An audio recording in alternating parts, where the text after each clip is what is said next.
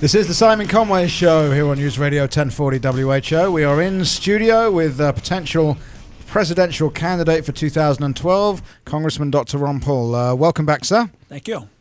Okay, by the way, you can join this conversation. You can ask Dr. Paul questions directly at 284-1040 or 800-469-4295.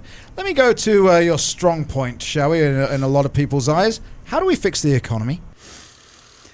Well, you cannot fix the economy unless you have an understanding of the business cycle. When you understand the business cycle, you realize the Fed creates bubbles. You have to have corrections. If you don't allow the corrections, you prolong the agony. So therefore, we have to get the government out of the way to allow the bankruptcies to occur, allow the liquidation of debt so we can go back to work again. You cannot correct our problem that came from too much spending, too much borrowing, too much regulation, and too much printing press money. So we have been doing that excessively, and all we're going to do is create a weak economy with rising prices. So you have to address the subject by knowing that lower taxes, less regulation, property rights, and contract rights are important.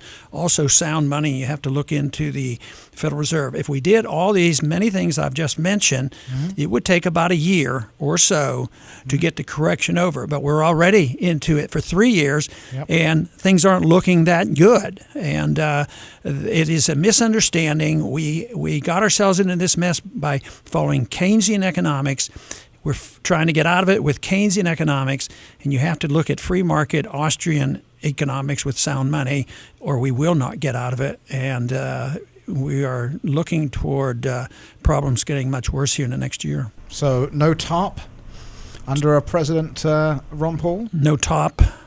TARP, George Bush's famous, we've got to save the banks and we've got to do it today. Oh, well, that went on, for a long time, too big to fail and that whole nonsense. And, they panicked everybody, not everybody, enough to get it passed, and there would be a Grand Depression if we didn't take care of that and allow these people to fail. So it is true there would have been a depression, but the depression would have been on the people who deserved it, the people on Wall Street, the banks who had leveraged all their investments and had all the derivatives, which the taxpayer ended up owning. So yes, they didn't have it. They're back making a lot of money again. The markets look better, but the depression came to the people who lost the jobs, lost their mortgages, lost their homes, and now their prices are going up and the jobs aren't coming back. So, and the result of printing all this money, apart from anything else, the thing that people can see every single day is their gas price going up. And if you look at the price of oil, it's actually lower this time round than it was under George W. Bush when we were looking at $4 gas. We've now got a lower oil price but a higher gas price, and that's to do with the dollar, right? The weakness of the dollar. It has to do with the weakness of the dollar. There are other things, like being able to refine oil. There's restrictions on that, restrictions on drilling for oil. But no, prices rise for the most part because of the devaluation of the dollar.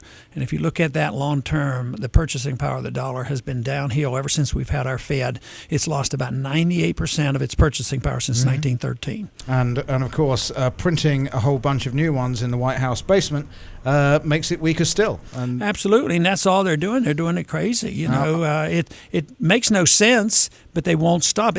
I compare it to an addiction. It's a real, literal addiction, and because if you stop, there will be some withdrawal symptoms, and nobody can stand that. But what if you don't stop taking the drugs? You kill the patient. So this is why it's so important that we get off this addiction to spending, debt, and printing press money. And do you actually just think it's an addiction, or do you think it's something more insidious? Because plenty of people are saying, well, they're out to destroy the United States. I've heard those things, and I always want to dismiss them. I don't want to believe them, but I'm not always able to completely do it because could they be this stupid? It's hard to believe that they would. Yeah. And right now, the individuals some that believe in internationalism know exactly what I'm talking about. And excuse me, and they're planning to pick up the pieces. They're planning to have an international fiat currency under the United Nations and the IMF. So, you could make your case and say, well, are they just doing this to pick up the pieces, or are they doing this deliberately to move the New World world order and one government along its path. And I guess it's possible. The only thing I know is the only way we can stop it is refute it with a better idea. They do certainly seem to be too smart that this is an accident. I'm going to take one quick call before we go to news. Let's talk to Bob in Fort Dodge. Bob, you're on the Simon Conway Show with Congressman Dr. Ron Paul. I was just wondering, his son, the senator. Can you hear me? Yes, I can hear you. Make your point quickly. Okay, I was just going to say, has he given any thought to maybe, instead of him running for president, to turn his son, Rand Paul? Okay, thanks for the call. We'll ask the Senator that straight away. So any thoughts to Rand running instead of you, sir? Not seriously. I think he's only been in the Senate for about 3 months now, and he's very supportive of what I'm doing. So I think his day may well come. It may well, maybe in 4 years' time. There's your answer, Bob.